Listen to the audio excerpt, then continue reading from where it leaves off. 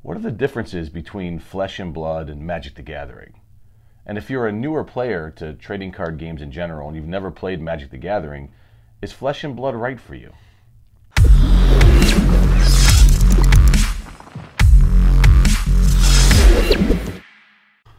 Hi, I'm Sean, and this is Kyle from Shield Wall Gaming Club.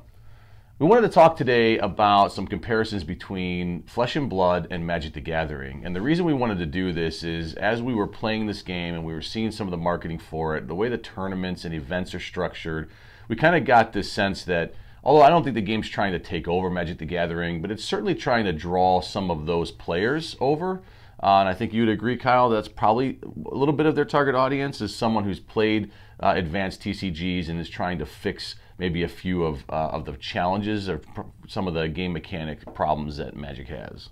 Yeah, I for sure agree. And it's kind of like the cantrip. Anytime a new TCG comes out, it's compared to Magic, right? How does it stack up to that mechanic in that game? And there's been so many games that have come out that have tried to fix some of the challenges that exist within Magic. Now, Kyle and I started in Magic. That's how we started getting into tabletop games. That's how we met all of the people that we know from Shield Wall Gaming, not necessarily from Magic, but that's how we started getting into this whole thing. And Kyle and I almost accidentally met, understanding or learning that we both played the game, and that's kind of how we actually developed the friendship. We still love Magic the Gathering, and it's a great game. But is this game different enough? Is it trying to replicate it, or what is it doing? And so we came up with 5 major points where we think the game has some differences. And I want to be very clear, it is a different game than Magic the Gathering. The first key point that we wanted to talk through was this is definitely a game of risk management and resource management. And yes, you manage resources certainly in Magic the Gathering with mana and lands, but Magic has kind of this feeling that once you've built that into the deck, it's kind of feels like it's out of your control a little bit, other than your ability to mulligan in the beginning of the game on what those resources, how they turn up. This game's not that way. Yeah, this game's very different with the resources. So Magic, you always have this constant flow, and it grows and grows and grows. You see it in Hearthstone. You see it in a lot of different games where you add a land, and now you've got 1 power, and then you add another land. Well, now this turn you have 2 power. Every time you draw up in this game, you end up with different pips and powers that you can play, and it changes like how you're going to look at using your energy and playing your cards out in particular orders, as well as what you give up in your defensive phases, which is really important because you might end up having to block an attack with a card that you needed for energy in order to make a more powerful attack on your turn. Yeah, and I think one of the things too that a lot of TCGs are really try to solve is the resource generation issue that Magic has, and it is an issue. It's an old mechanic, it's an older style, which is you put a bunch of these lands in your deck and hopefully you draw them. And how many times have you and I been playing in a tournament and you just have too much mana, you get flooded, or you don't have enough mana. You've got the great hand, but you just don't have the resources to draw it. That's not really a challenge, or I didn't feel that was ever a challenge in Flesh and Blood. It was really more of a what do I have to sacrifice, or like you said, what is the risk of sacrificing this card for that resource to be able to do what I want to do. Yeah, exactly. It's more of a I'm going to choose to not take 2 damage here, and then I'm going to deal 2 less damage to you, but at least I still get to attack, and at least I'm not taking so much so that it's going to put me within lethal damage. Right. So the second main point that we want to talk about, and I think this is one of the most unique things, because very few card games, and whether it's an LCG like Lord of the Rings or Arkham Horror, we've recently started playing Imperial Settlers, Empires of the North, which we really enjoy. Very few games, card games, does the board state not matter, right? And in this game, it matters at points of the game, right? But it's the board state in Magic and Hearthstone and Epic and other games that try to kind of replicate what Magic does. The board states everything. What's on the board? How do what do I do to react to the board at any given moment with the resources that I have? And Flesh and Blood's a lot different than that. Talk through that for us. Yeah. So the board state with Flesh and Blood, you open up, you have your hero, your weapons, you have your equipment, you have your deck. And every other trading card game that I've played, it's this expanding board state. You know, I'm going to play a land, I'm going to play a monster, I'm going to play a land, I'm going to play a monster. And I've got 2 lands, 2 monsters. And every time I take a turn, that gives my opponent an extra thing that they have to think about that I'm doing.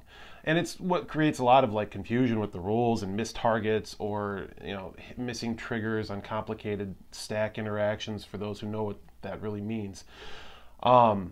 But mostly this game is based on what you have going on in your hand. You usually are only dealing with a couple of cards, and the board state actually diminishes. What you start out with are equipment cards that sometimes you can use to interact in an attack. And as you use them, they become less efficient, or you're no longer able to use them. And the board state gets more and more simple as these, you know, 2 warriors are just running out of energy trying to battle each other to the death. Exactly. Well, good. And so I totally agree. I think that that's something that I felt very unique going into this game, playing through this game. It's like, oh, the board's empty again. Okay, we're starting over, right? Yep. Like, all right, I took 2 damage. You know, now it's my turn to try to do that thing. Yeah, it's very different. Another point, our third main point that we're going to talk about that we felt was different, was how cards are cycled in and out of your hand. You know, limited access to card draw. Now with the new set, Arcane Rising, coming out, we don't know if, you know, with the Necromancer and some of the different heroes that are coming out, if there are other abilities there. Some cards are starting to be spoiled. I think they've got some stuff coming up this week actually on what some of that looks like. So maybe there's more card draw, maybe there's more interaction there. But right now, it doesn't feel like there's a great way to cycle cards other than pitching them or put them in your arsenal. And sometimes we talked about how your arsenal can get locked down if that's something that you put a bad card in there, or a card that doesn't help you. But talk more about that. Yeah, so we had a couple interactions with that arsenal that was unique, where your arsenal is a way to quasi-add to hand size, because card draw in the game is very powerful, and it's much harder to do than most other card games that we play. But basically, the not being able to dig through your deck would normally be a problem in a game like Magic, because especially me, like, I like to play these big, monstrous, convoluted, complex decks where I'm trying to get a certain mixture of cards into my hand. In this game, all your cards are relevant. You're not going to run into, you know, turn 8, your opponent's got a 7/7 destructive, horrible thing on the board, and you reach your deck and you pull up a 1/1, you know, 1-drop, and you set it on the board and then die. Yeah, or a land. That you can't do anything with. Good. Yeah, and so, yeah, I totally agree with that. Again, I think there's some really big variances there between, if you want differences in the game, you know, board state and card cycling is certainly 2 big differences in the game.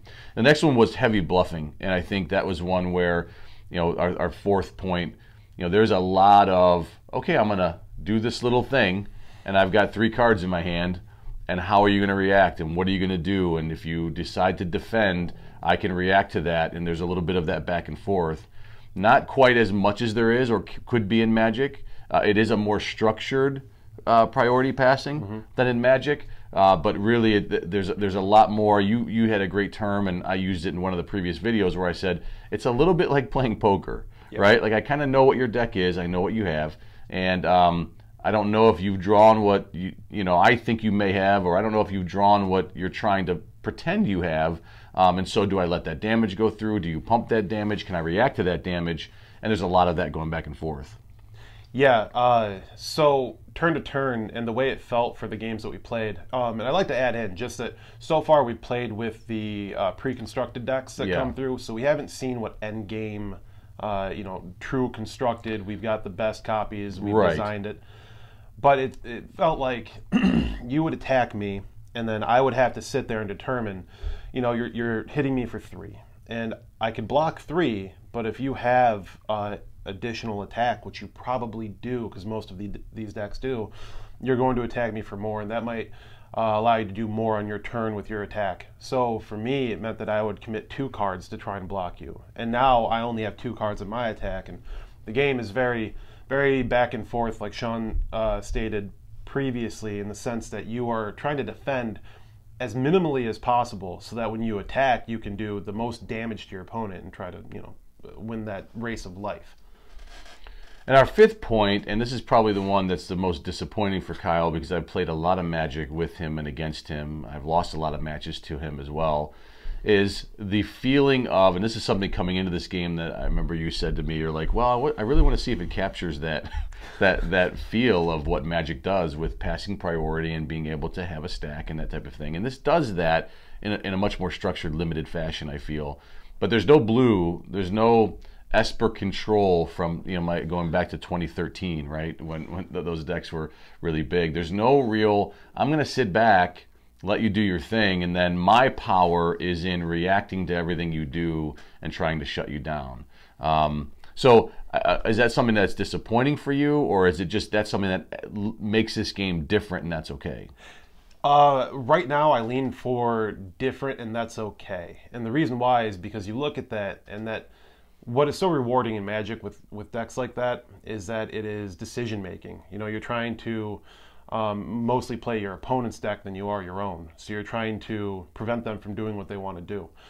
And as new players come in, the single most frustrating thing for a new player playing Magic is playing against a control deck, because you don't really get to do anything. Right. You just sit there and watch someone else tell you can't do things. Right, I'll allow it. Yeah. But the way there's one particular deck we were looking through that the most it does is kind of limit maybe some of your power. So it might. It was Bravo, right? The Guardian. Yeah, the Guardian. He kind of lowers what you can do on your attack, or he might make it a little bit harder to do it, but it's not going to actually prevent you from doing it. And what that boils down to for me, as someone who likes that complex decision making, is my decisions go back to that bluffing mechanic. It goes back to, how do I use as a little resource that I have to come back on my attack and just full force try to swing as hard as I can with my weapon.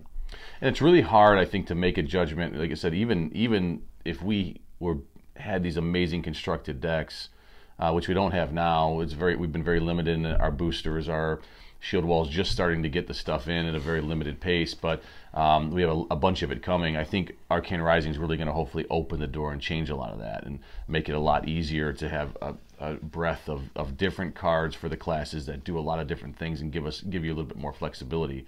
So it's plausible that the Guardian would have even more power, more flexibility in some of those rares and super rares maybe as the game progresses. So last thing we wanted to talk about is the rules itself, and I guess I'm going to ask you this at the end, Kyle, but if someone was newer to, they've never played Magic before, and they wanted to play Flesh and Blood, one of the things we talked about in our games was that this game sort of assumes you understand how triggers work, how a stack works a little bit. It assumes you understand how things relate to each other. A great example of that is the Arsenal. And so I've seen a lot of commentary and questions on Reddit and the Discord about how the Arsenal works and what you can really play, how you can play things from there. And the rulebook doesn't have a section that says Arsenal and here's everything you can do in the Arsenal and here's how you play cards from it. Really what it does is it says you can only play cards from an Arsenal, and then later in the rulebook it goes on to explain really what playing a card is, and that it says that block or defending and pitching is not playing a card. So for a newer player reading that, really trying to understand this, that's where there's a little complexity there, because you've got to be able to put those two things together. I mean, the rulebook isn't super well written, and I've even reached out for a couple rules here and there to try to figure different things out. So a newer player coming into this, I think it's smart that they have really tried to push these welcome events to have people who know the game teach them. But is this a better game for a new player that wants to get into a TCG to get into than Magic, do you think, right now? Right now, I think it's going to be a little tricky, but so is entering Magic, you know. And here's what I'll say about the rules, and this is an early assessment. The biggest thing from Magic that you have to bring, for what I've read, is knowing that the definition of the verb is the key to it, right? Like, play a card has a defined rule set around the word play, right? We ran into an interaction with the Brute deck where it was one card affected a Brute action attack card, and another effect affected a Brute attack. Right. And then we had to try and piecemeal together what these meant. But and they were both named Bello. One was Primal Bello, yeah. and I can't remember the other one, but they were both Bello. And again, that can be confusing a little bit when you're saying, okay, I'm going to do this, and then you're missing that one or two words. I think the game. I didn't mean to cut you off there, but I think the game is.